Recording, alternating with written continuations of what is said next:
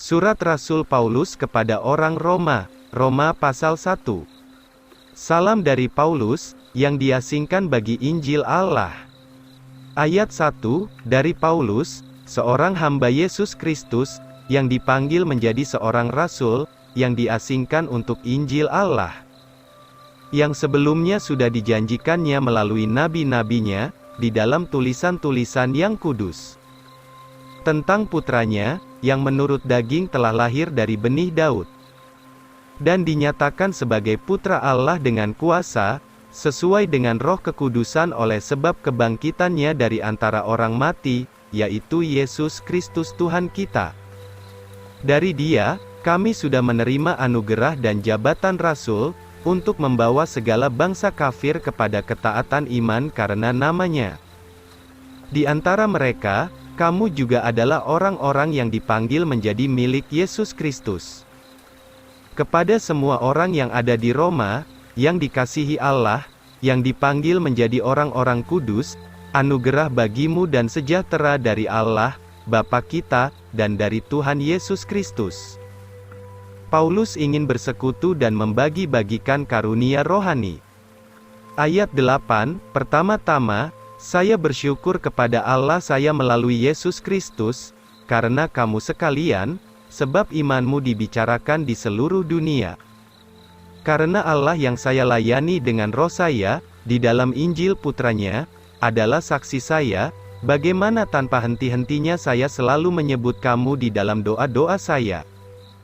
Di dalam doa, saya senantiasa memohon, jika mungkin dengan cara apapun, dengan kehendak Allah, supaya akhirnya saya beroleh jalan untuk datang kepadamu.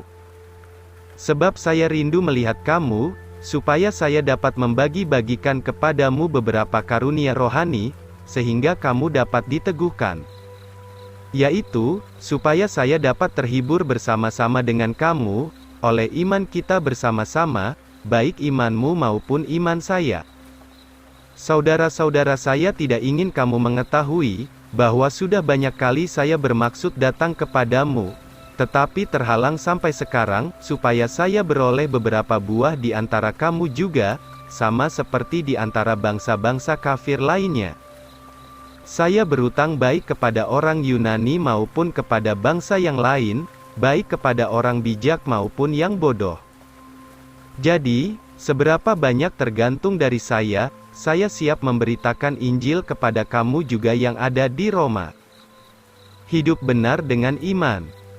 Ayat 16, sebab saya tidak malu akan Injil Kristus, karena Injil adalah kuasa Allah yang menyelamatkan untuk setiap orang yang percaya, pertama-tama untuk orang Yahudi dan juga untuk orang Yunani.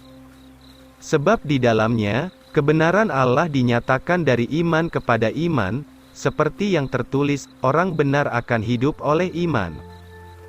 Karena murka Allah dinyatakan dari surga, atas segala kefasikan dan ketidakbenaran manusia, yang memegang kebenaran di dalam ketidakbenaran. Dari ciptaannya, manusia bisa meraba-raba Allah yang tidak dikenalnya. Ayat 19, karena apa yang dapat diketahui tentang Allah itu sudah nyata di antara mereka, karena Allah sudah menyatakan kepada mereka.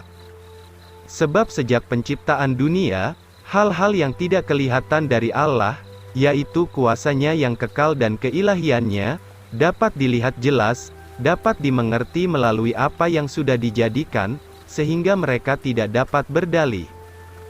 Sebab meskipun mereka mengenal Allah, mereka tidak memuliakan Dia sebagai Allah, juga tidak bersyukur, tetapi menjadi sia-sia di dalam pikirannya, dan hati mereka yang bebal itu digelapkan. Tanpa iman, manusia makin lama makin keji. Ayat 22, dengan mengaku dirinya bijak, mereka menjadi orang-orang yang bodoh.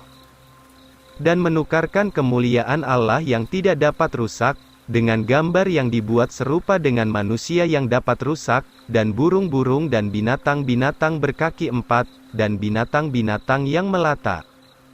Karena itu, Allah menyerahkan mereka kepada kenajisan di dalam segala hawa nafsu hatinya, dengan menajiskan tubuhnya di antara sama sendirinya. Mereka menukarkan kebenaran Allah dengan dusta, dan menyembah dan melayani makhluk ciptaannya, lebih daripada pencipta yang terpuji itu selama-lamanya. Amin. Inilah sebabnya, Allah menyerahkan mereka kepada segala hawa nafsu yang keji, bahkan perempuan-perempuannya menggantikan cara yang wajar dengan cara melawan yang wajar.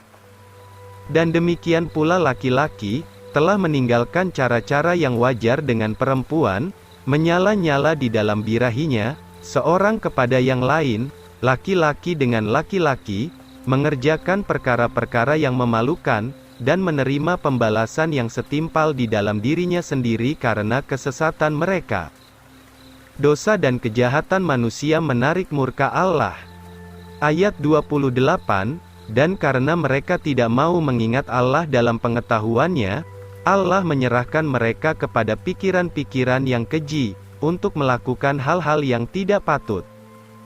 Dipenuhi dengan segala ketidakbenaran, dosa-dosa seks, kejahatan, ketamakan, kebusukan, penuh dengki, pembunuhan, perkelahian, tipu daya, sifat jahat, penghasut, pengumpat, pembenci Allah, penghina, sombong, pembual, penemu hal-hal jahat, tidak taat kepada orang tua, tidak berakal, mengingkari perjanjian, tidak penyayang, tidak mengampuni, tidak berbelas kasihan.